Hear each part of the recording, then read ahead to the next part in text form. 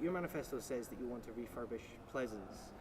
What specifically do you want to do to the building, and how would you pay for it? How would you achieve it? Right now we've got a lot of society spaces there, and of course we've got Pleasance Theatre, main cabaret bar. These spaces do get really well used, but could be used more. I mean, right now it's only open in the evenings, it could be open all day. But also I want to talk to the societies and see what facilities they want in Pleasance. So for example, if you're in one of the major dance societies, you might want a sprung floor in one of the rooms so it's easier to dance on. Things like this, because at the end of the day, Pleasance was designed as the society centre. Therefore, the refurbishment of it should be planned around what the societies need and want. I've previously worked with Meadows Marathon. I was the health and safety officer last year, so I've sort of got some experience with the organisation around events and sort of doing stuff like that. I've also previously, when I was at high school, I was the chair of the charity committee in 6th year, and through that we had quite a few events that we ran. It's quite successful. I think we raised about a good £6,000–7,000 in a year, which was quite good. What would you do to reduce EUSA's deficit? What I want to do is I want to look at the supply chain and look at whether we're getting the best deal from our suppliers. I mean, recently we had the referendum come up about the ethicality of some of our food, sort of working with organic food. And what I want to do is look at our supply chain, see if we're getting the best deal financially, the best deal ethically, and the best deal environmentally. Because at the end of the day, there's no point importing the cheapest foods from way across many different countries away and racking up tons of food miles when we have great local suppliers that give us a reasonable deal that we can then sell on to our students.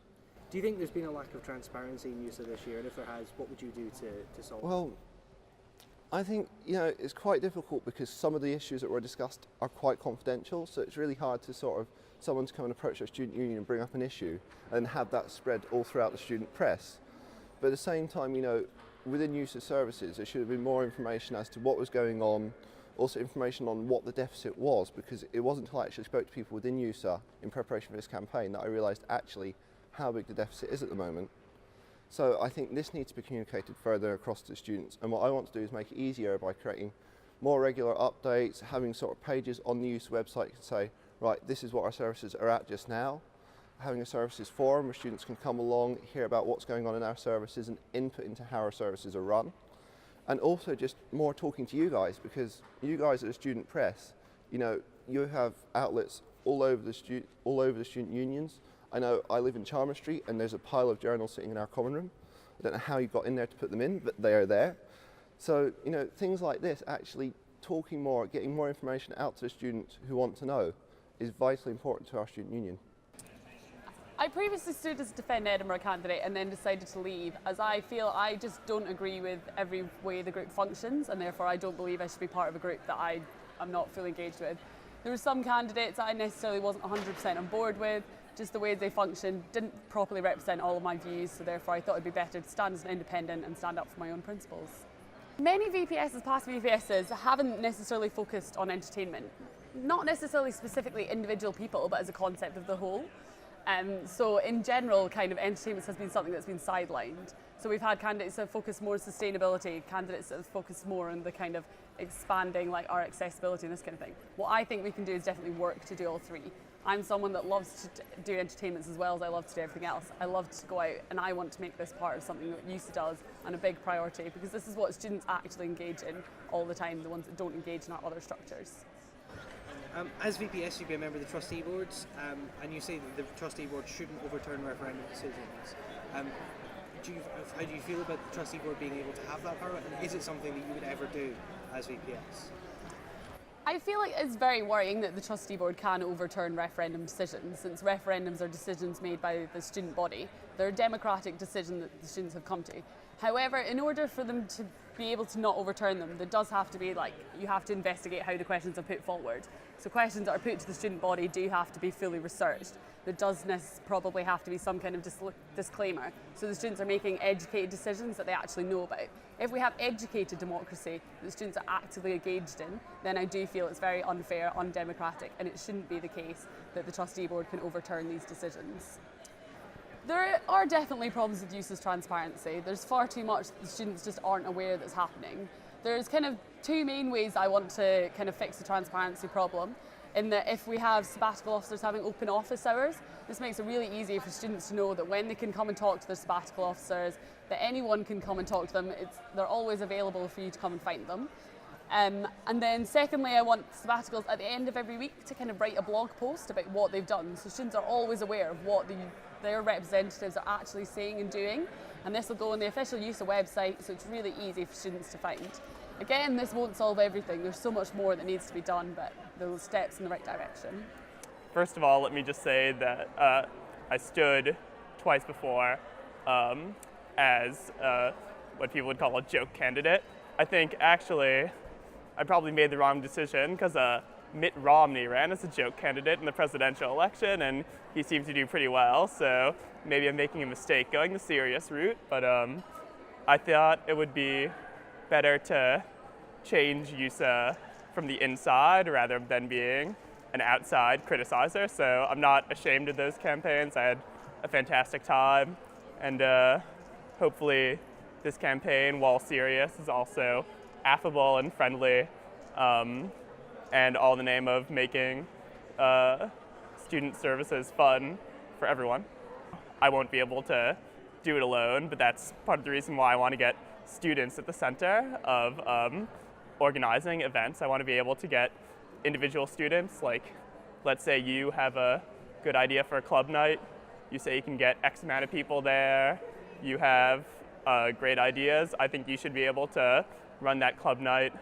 So I think we should get students involved at the heart of their services again. Yes, I'm in favor of a bus between Pollock and Potterrow on Big Cheese nights.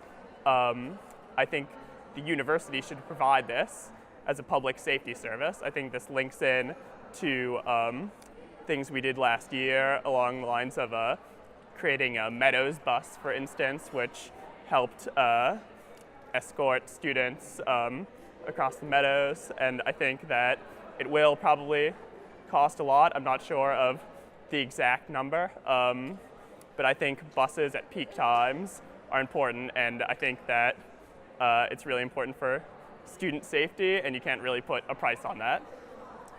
I definitely believe that EUSA has a problem with transparency.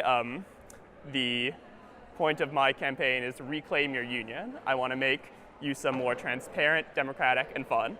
And I think doing that, firstly, just is getting people to know what EUSA actually is.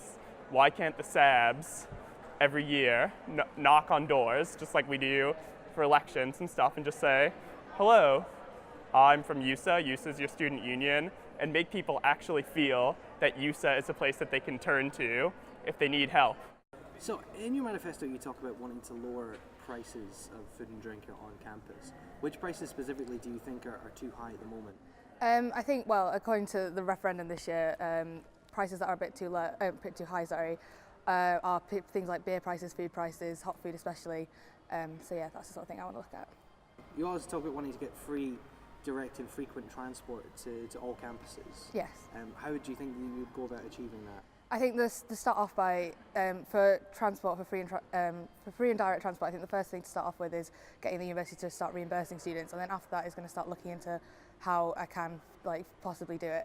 Like I said in my manifesto, a lot of my things are things that I want to try and achieve once I get into office. I think when it comes to staff at EUSA, I think the most important thing to remember is that everyone's working towards the same goal. Everyone wants to make things better for students. So I think just as long as there's a mutual respect there, and I just want to make sure that they know that I'm here for the right reasons. And I think hopefully that will alleviate any sort of issues.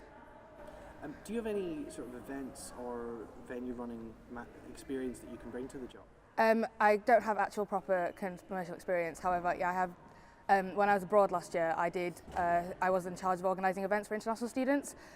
So I do have some sort of experience on a small scale. I'm also president of a society and for Exchange 360, and our main aim is promoting events and doing events for international students. Yeah, in terms of deficit for EUSA, I mean, I've not had a chance to look at the books at the moment because of the position I'm in. However, once I get it, if I do get elected, then I can see what can be done, and obviously I don't want to be taking money away from vital things, so I can look at what needs to be done. Well, when it comes to politics, for me, I I don't have a strong political stance outside of what's important for university students, basically, and I think that's what's the most important thing. Obviously, if other SABs and other students want to get involved with like political things, and that's, you know, that's completely up to them, that's fair enough. But I just don't personally think that I should be pushing my principles upon other students. Okay, perfect. Brilliant, thank you.